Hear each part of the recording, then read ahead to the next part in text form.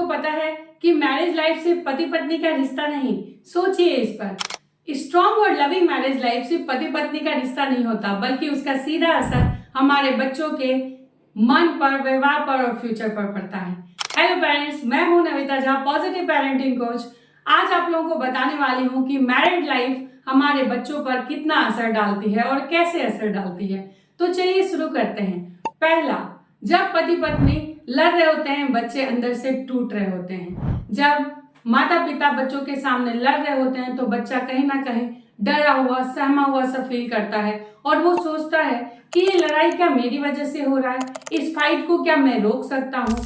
और हमारे बीच के रिलेशनशिप ही बच्चों के भविष्य के आने वाले रिलेशनशिप का ब्लूप्रिंट बनता है। कहीं ना कहीं हम अपने बच्चों के अंदर नेगेटिव बिलीफ सिस्टम डेवलप करते हैं रिलेशनशिप को लेकर, और वो किसी भी रिलेशनशिप में जाने से पहले डरता है और रिलेशनशिप को ऑनेस्टली मेंटेन नहीं कर पाता।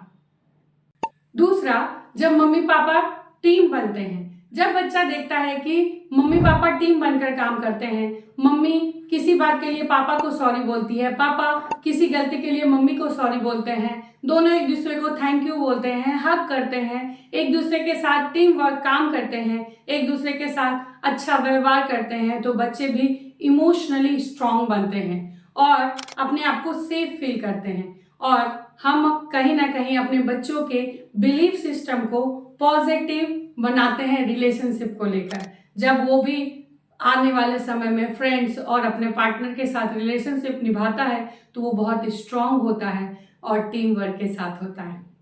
गलतियां जो हर माँ बाप करते हैं, बच्चों के सामने लड़ना उनका ट्रस्ट तोड़ना होता है। जब बच्चों के सामने हम लड़ते झगड़ते हैं तो बच्चा बहुत अनसेफ सा, डरा हुआ सा फील करता है। जो बच्चा मम्मी पापा से हर बात शेयर करता था, अब कोई भी समस्या या किसी भी डर को अपने मम्मी पापा को बताने से डरता है कि कहीं फिर से मम्मी पापा लड़ने ना लगे।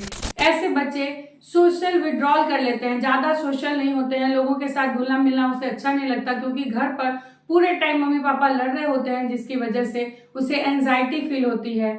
इसके लिए वो बिल्कुल भी सोशल नहीं होते हैं और साथ ही साथ बहुत डरे हुए और अनसेफ फील करते हैं। उनका ट्रस्ट भी कभी किसी रिलेशनशिप में नहीं बनता है। दूसरा, एक दूसरे की इंसल्ट करना। एक दूसरे के इंसल्ट करने से बच्चे बहुत कंफ्यूज हो जाते हैं, मैं किसकी बात मानूं। मम्मी पापा जब एक दूसरे की इंसल्ट करते हैं, एक दूसरे को बात बात पर नीचा दिखाते हैं, तो बच्चे बहुत कंफ्यूज होते हैं, मैं मम्मी की बात मानूं कि पापा की बात मानूं। इससे होता यह है कि बच्चे अंदर ही अंदर अपने गार्जियन को, अपने पेरेंट को लॉयल्टी के तौर पे नाप रहे होते हैं कि मैं किसकी बात मानूं, कौन सा बात सही है।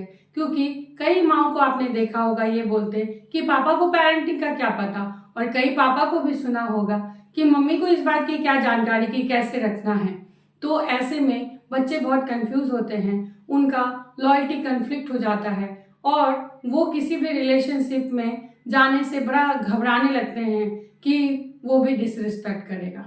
तीसरा, सिर्फ पेरेंटिंग रूल तक सीमित रहना, पति पत्नी बनना भूल जाना। जब बच्चे आ जाते हैं तो ज्यादातर आपने देखा होगा कि वो सिर्फ माता पिता बनकर रह जाते हैं, पति पत्नी बनना भूल जाते हैं। एक दूसरे को कम्प्लीमेंट देना, एक दूसरे के साथ समय बिताना, एक दूसरे के साथ चाय पीना, ये भी भूल जाते हैं। बस बच्चों से रिलेटेड ही बातें करते हैं, बच्चों से रिलेटेड ही चीजें करते हैं, बच्चों के साथ ही बैठते हैं, फिर अकेले में बैठना भी भूल जाते हैं। इससे बच्चा क्या सीखता है कि बच्चा भी इस चीज को नॉर्मल मानता है और आने वाले समय में वो भी सिर्फ पेरेंट बनकर रह जाता है, और पत्नी को क्या चाहिए या पति को क्या चाहिए, उनके साथ भी समय बिताना है। पेरेंट बनने के पहले हम पति पत्नी थे और एक दूसरे के साथ अच्छे रिलेशनशिप को निभाने के लिए हमें वो याद रखना बहुत जरूरी होता है, ताकि हमारे बच्चे भी उससे सीखें और इन चीजों को फॉलो करें। इससे रिलेशनशिप बोरिंग हो जाता है, बच्चे डिस्टेंस ऑब्जर्व करने लगते हैं और बच्चे भी इस तरह के रिलेशनशिप को नॉर्मल मानने लगते हैं। चौथा, कम्युनिकेशन का ब्रेकडाउन।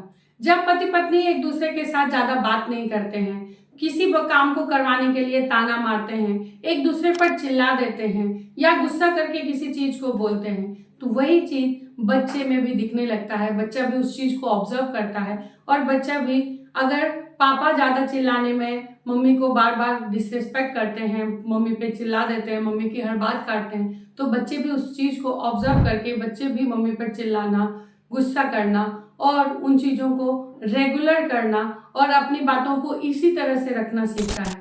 सेम इसी तरह अगर मम्मी भी पापा पे हर बात पे चिल्ला रही है, गुस्सा कर रही है या ताने मार के बात कर रही है, तो बच्चे भी वही सीखते हैं। वो अपने बातों को इमोशनली लोगों के सामने नहीं रखकर गुस्से से, ताने से और अपने चिल्लाकर अपने बातों को प्रेजेंट करते हैं। ये मिस्टेक हम सबसे होती है, लेकिन अगर आप अवेयर रहेंगे तो इसको हम सुधार भी सकते हैं। रिलेशनशिप को स्ट्रांग बनाने के लिए ये 5 टिप्स हर पेरेंट को अपनानी चाहिए। पहला, एक दूसरे के साथ 10 मिनट हर दिन जरूर बैठें बिना फोन के। दूसरा, एक दूसरे के एफर्ट के लिए थैंक यू बोलें। तीसरा, एक दूसरे के साथ डेट पर जाएं, चाहे वो चाय टाइम ही क्यों ना हो, एक दूसरे के साथ हर हफ्ते चाय टाइम जरूर बिताएं। चौथा, एक दूसरे के किसी भी गलती के लिए एक दूसरे को सॉरी, ये मेरे से ये गलती हो गई, ये जरूर बोलें। पांचवा, बच्चों के सामने प्यार दिखाने से कतराए नहीं, बल्कि बच्चों के सामने प्यार दिखाएं। अगर आप अपने गुस्से को बच्चे के सामने दिखाते हैं तो प्यार भी फीलिंग्स है। एक फीलिंग्स को अगर आप बच्चों के सामने दिखा सकते हैं तो दूसरी फीलिंग्स को भी आप अपने बच्चों के सामने दिखा सकते हैं। तो बच्चों के सामने प्यार दिखाएं, हग करें, ताकि बच्चे भी आपसे सीखें। एक स्ट्रॉन्ग रिलेशनशिप ही एक स्ट्रॉन्ग फैमिली तैयार करती है। तो पेरेंट्स, आपका रिश्ता सिर्फ आप तक सीमित नहीं, आप जो भी रिश्ता बनाएंगे अब वो आपके बच्चों की दुनिया बनेगी। तो सिर्फ एक अच्छे पेरेंट नहीं बल्कि एक अच्छे लाइफ पार्टनर भी बनिए। एक खुशहाल विवाह ही एक खुशहाल बच्चे तैयार करते हैं। धन्यवाद।